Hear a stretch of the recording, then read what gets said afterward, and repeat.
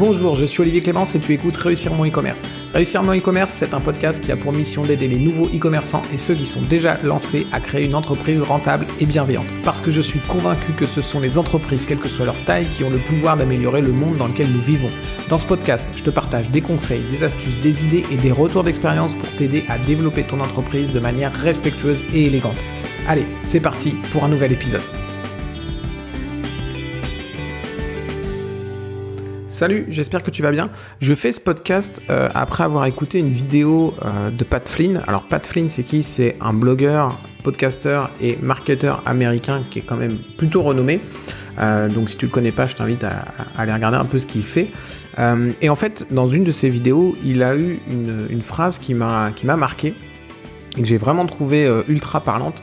Cette phrase, c'est « Ne trouve pas des clients pour tes produits, trouve des produits pour tes clients ». Et ça paraît rien, c'est juste une inversion de mots, et pourtant c'est ultra puissant. Qu'est-ce que ça veut dire cette phrase ? Ne trouve pas des clients pour tes produits, mais trouve des produits pour tes clients. Ça veut dire que tu dois toujours te focaliser sur ton client. Tu dois partir de ton client pour l'amener à toi, pour l'amener à tes produits, plutôt que partir de toi ou de tes produits pour aller vers le client. Et c'est quelque chose que je constate très souvent chez les e-commerçants, c'est qu'ils partent d'eux pour aller vers le client plutôt que de partir du client pour aller vers eux. Un exemple tout bête, c'est leur catalogue de produits.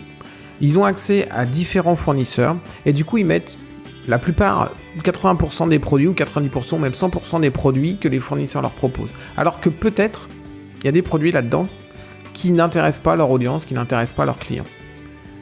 C'est une mauvaise idée parce que tu vas entre guillemets, pourrir ton catalogue de produits avec des produits parasites qui n'intéresseront jamais tes clients et que tu ne vendras pas. Essaye peut-être plutôt de faire une sélection de produits qui est plus juste, qui est plus restreinte, mais qui répond vraiment aux problématiques de tes clients. Je te donne d'autres exemples que je vois très souvent, qui sont vraiment liés au fait de d'abord penser à ses produits plutôt que penser à ses clients.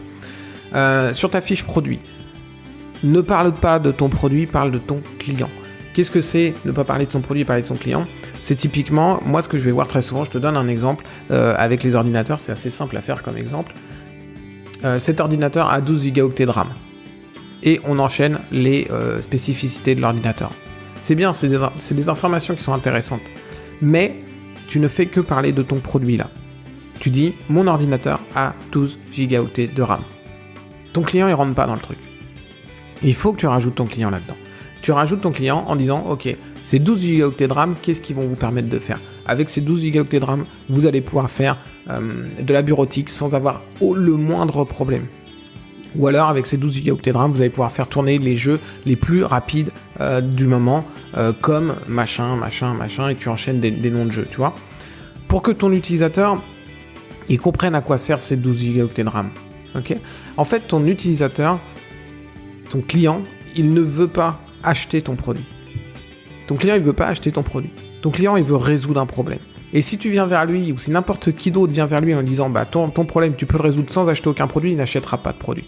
Donc sa volonté, c'est pas d'acheter ton produit. Donc en fait, il n'a pas à faire 1 milliard d'efforts pour comprendre quel est le produit qu'il lui faut, pour trouver le produit qu'il lui faut. C'est à toi de mettre ton produit devant lui pour lui montrer, regarde, ce produit résout ce problème que tu as. Et si tu lui parles pas de son problème, si tu comprends pas le problème de ton client, tu peux pas lui faire comprendre comment acheter ton produit. Donc en fait, quand tu fais ça, quand tu oublies ton client dans l'histoire et que tu parles que de ton produit, que de toi, etc., les seules personnes à qui tu vas vendre, c'est les personnes qui vont être capables de traduire ton langage. Les seules personnes qui vont vraiment acheter chez toi, c'est les personnes qui seront capables de voir que 12 Go de RAM, ok, ça permet de faire tourner les jeux que je veux en ce moment. Mais sauf qu'il faut le savoir et il faut se renseigner, etc. Donc tu te limites en fait. Tu réponds à une fraction des gens qui pourraient acheter tes produits parce que des personnes qui ont des problèmes que tes produits sont capables de résoudre, eh bien il y en a plein. Mais toi tu vas vendre que aux personnes qui sont capables d'identifier que ce produit résout leurs problèmes parce que toi tu te fais pas l'effort de leur montrer que oui, ce produit résout leurs problèmes. Tu ne parles pas de leurs problèmes, tu parles que de ton produit. Un autre exemple de choses qu'on peut voir quand on est vraiment focus sur ce qu'on fait et non pas sur son produit, sur son client, c'est des catégories. La façon dont on organise tes catégories. Moi, quand j'arrive sur un site e-commerce, en 15 secondes, je suis capable de dire si ce e-commerçant pense aux problèmes de ses clients ou s'il pense uniquement à ses produits et à ce qu'il est capable de faire lui. Quand tu vas penser d'abord à ce que toi tu es capable de faire et non pas à ton client, tu vas sûrement prendre les catégories qui te viennent à l'esprit directement, ou les catégories directement de ton fournisseur parce qu'il te file des catégories et c'est vite fait. Sauf que tes catégories, ça doit pas être les catégories du fournisseur. Tes catégories, ça doit être les catégories qui répondent aux besoins de ton client. Et donc, tu dois organiser tes catégories par rapport à ces problématiques. Et je te donne un exemple. C'est tout simplement mon propre site e-commerce où je vends des modules PrestaShop. Ça fait un moment qu'il est en mode automatique et que je m'en occupe pas. Et je suis revenu dessus là récemment parce que je vais me remettre sans doute à développer des modules. C'est quelque chose que j'ai dans les cartons et sur lequel je suis en train de réfléchir. Donc je vais prendre ma décision rapidement sur ce projet-là. En attendant, je suis revenu un petit peu sur ce site. Et mes catégories, elles sont mauvaises. Il va falloir que je les refasse. Donc si je décide de retravailler ce site-là, je retravaillerai mes catégories. Mais mes catégories sont mauvaises. Je te donne un exemple de catégorie. J'ai une catégorie qui s'appelle Front Office et une catégorie qui s'appelle Back Office. Ça sert à rien comme catégorie. C'est des catégories qui sont liées à mon module. Mon module, c'est un module qui travaille sur le Front Office ou un module qui travaille sur le Back Office. Mais c'est mon produit. C'est pas une problématique client. Le client, il s'en fout que le module il fasse du truc sur le Front Office, sur le Back Office, c'est nul. Ce qu'il veut, lui, c'est est-ce que ça améliore sa conversion, est-ce que ça améliore sa fidélisation, etc.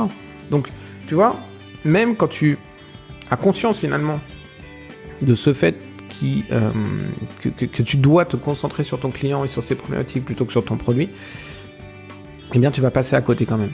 Tu vas parfois passer à côté. Pourquoi ? Parce que c'est naturel en fait d'être focus sur son produit. Ton produit, tu l'as tout le temps dans les mains, tu es tout le temps en train de travailler dessus, c'est ce que tu vois le plus. Ton client finalement il est derrière son ordinateur et c'est pas avec lui que tu as le plus de contact en règle générale.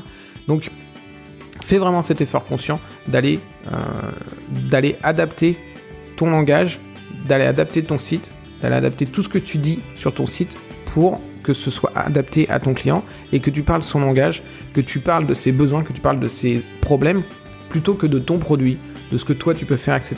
Tu es là pour parler de ton client, pas de toi sur ton site. Voilà, j'espère que ça t'aidera à améliorer ton site. Si c'est le cas, eh bien n'hésite pas à laisser une note 5 étoiles à ce podcast. Ça aide à son référencement naturel, ça permet que plein d'e-commerçants le découvrent et pour moi, c'est une récompense que je trouve plutôt sympa.